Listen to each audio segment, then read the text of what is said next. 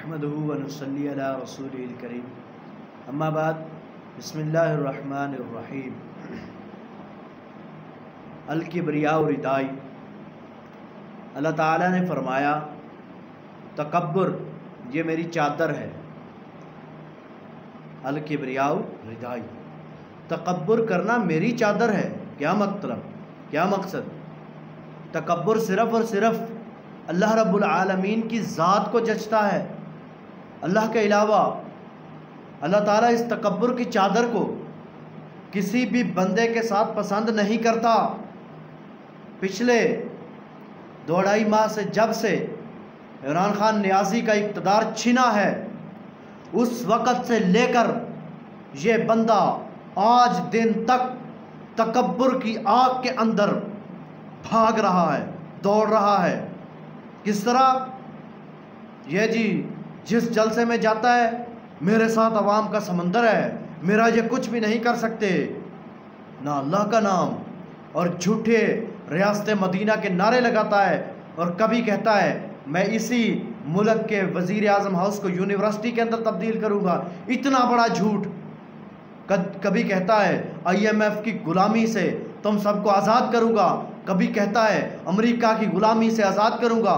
اور جاؤ، جو امریکہ کی غلامی سے آزاد کروانے والے کے ساتھ ایک بندہ شاہ محمود قریشی ہے، اس کے بیٹے کو جا کے دیکھ لو کہاں پہ ہے۔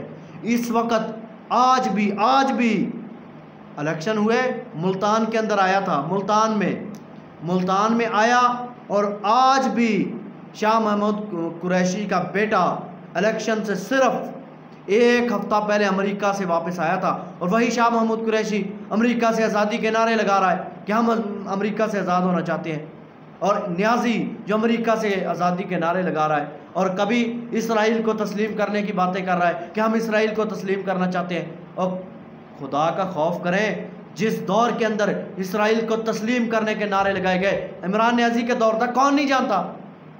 سب جانتے ہیں، سب کو پتا ہے، ہمیں بھی علم ہے۔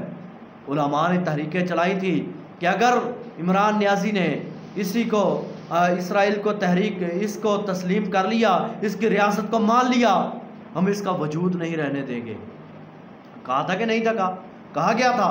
علماء کے خوف کی وجہ سے یہ بندہ پیچھے ہٹ چکا تھا۔ امریکہ اسرائیل اس نیازی سے پوچھئے کس کا ہے؟ خود زیک گولڈ سمتھ کا داماد ہے، اور اس کے آج بھی اس کے بیٹے یہودیوں کے پاس ہیں، عیسائیت کے پاس اس کی بیوی رہتی ہے، یہودیوں کے پاس اکٹھے رہتے ہیں۔ کہتا ہے جو اس ایک بندی کو ایک عورت کو اس نے مسلمان کر دیا تھا، کیا مسلمانیت اس کے اندر پیدا کی تھی؟ اگر ایک بات یاد رکھ لیں، اگر اس نے مسلمان کیا تھا، اسلام سے جو بندہ پھر جائے اس کی سزا اسلام سے نکلنے والے کی مرتد کی سزا واجب القتل ہے۔ مرتد کو فوراً قتل کر دیا جائے گا۔ مرتد کی اور کوئی سزا نہیں ہے جو اسلام نے متعین کی ہو۔ مرتد کی سزا اس کا سر تن سے جدا کر دیا جائے۔ جس وقت اس کا سر تن سے جدا کر دیا جائے، کیا جب اس نے ارتداد کو اختیار کیا؟ کہتے ہیں کہ نیازی نے اس وقت اس کو چھوڑا جب اس نے ارتداد کو اختیار کیا۔ پوچھتا ہوں، کیا وہ ارتداد کو اختیار کرتے وقت عمران نیازی کے پاس تھی یا نہیں تھی؟ عمران نیازی کے پاس تھی۔ بنی گالا کے اندر اس نے ارتداد کو اختیار کیا تھا، اور آج بنی گالا میں ارتداد کو مرتد ہوئی۔ عمران نیازی کے پاس اتنے آدمی بھی نہیں تھے کہ اس ملعونہ عورت کو، مرتد عورت کو مار سکتا۔ میرے بھائیوں، لوگوں کی آنکھوں کے اندر جھوٹا پروپیگنڈا پھیلا رہا ہے۔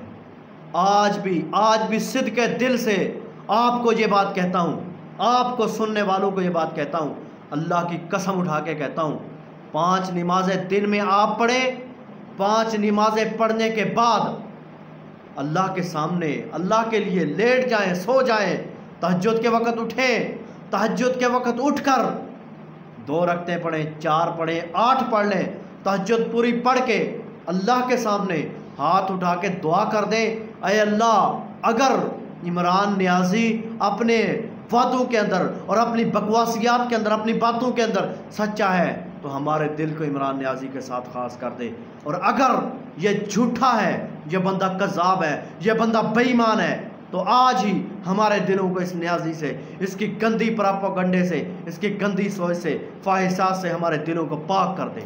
اللہ کی قسم اگر ہم یہ ایسا کر لیں، ہمارے دلوں کے اندر عمران نیازی کی محبت ختم ہو جائے گی، اللہ تعالیٰ ختم کر دے گا۔ لیکن ہم نے نہیں کرنا، ہم تقلید کے اندر، ہم اس کی باتوں کے اندر اندھے ہو چکے ہیں، ہمیں کوئی چیز نظر نہیں آ رہی، ہمیں حق اور باطل کی پہچان نظر نہیں آ رہی۔ کیا وجہ ہے؟ ہم حق اور باطل کو پہچاننے سے ناآشنا ہو چکے ہیں، ہمیں حق اور باطل کا علم ہی نہیں ہے۔ اگر ہماری یہی سچویشن رہی، ہماری یہی حالت رہی، ہمارے ملک کو سری لنکا بننے سے کوئی نہیں روک سکتا۔ اور اسی نیازی نے کہا تھا ہم اس ملک کو سری لنکا بنانا چاہتے ہیں۔ کیا مطلب ہے؟ ملک کی باغ ڈور کو ختم کرنا چاہتا ہے، ملک کی جڑوں کو کھوکھلا کرنا چاہتا ہے، ملک کی امن و امان کو یہ تاراش کرنا چاہتا ہے، ختم کرنا چاہتا ہے، ملک کے اندر آگ کو لگانا چاہتا ہے، ملک کے اندر فرقہ واریت کی آگ کو پھیلانا چاہتا ہے، ملک کے اندر آگ لگانا چاہتا ہے۔ آج اس نے کل بیان دیا، کہتا ہے اگر ہم وزارت اعلیٰ سے ہار گئے، ہماری الیکشن کی بہت زیادہ تعداد ہے، ہار گئے، ملک کے اندر آگ لگانے سے، ملک کے اندر آگ کو برپا ہونے سے کوئی بندہ نہیں روک سکتا۔ مجھے بتلائیے صدق کے دل سے، جو بندہ ملک میں آگ لگانے کا سوچے، کیا وہ بندہ سچا ہو سکتا ہے؟ کیا وہ بندہ ایماندار ہو سکتا ہے؟ جب ملک کے اندر اگر اقتدار نہیں ملا تو ملک کو آگ لگا دے گا، ملک کے روڈوں کو جلا کے رکھ دے گا، ملک کے اندر فساد دنگا برپا کر دے گا، اپنے لوگوں کو کھڑا کر دے گا۔ ملک کو اس نے کیا سمجھا ہے؟ اپنے باپ کا گھر سمجھا ہوا ہے کہ جو چاہے گا اس کی بات مانی جائے گی؟ اور میرے بھائیوں، ایسا کبھی نہیں چلے گا، ایسا کبھی بھی نہیں چلے گا۔ اپنے آپ کا ضمیر کا فیصلہ کریں، اپنا احتساب خود کریں۔ آپ نے نیازی کو مرنے کے بعد جواب نہیں دینا، اپنا فیصلہ کریں۔ آپ نے کسی کو جواب نہیں دینا، آپ نے اللہ رب العالمین کو جواب دینا ہے۔ اپنی آخرت کے اوپر غور کر لیں ذرا۔ اللہ تعالیٰ ہمیں حق سچ کو سمجھنے کی اور اس کے پر عمل پیرا ہونے کی توفیق عنایت فرمائے۔ وآخر دعوانا الحمدللہ رب العالمین۔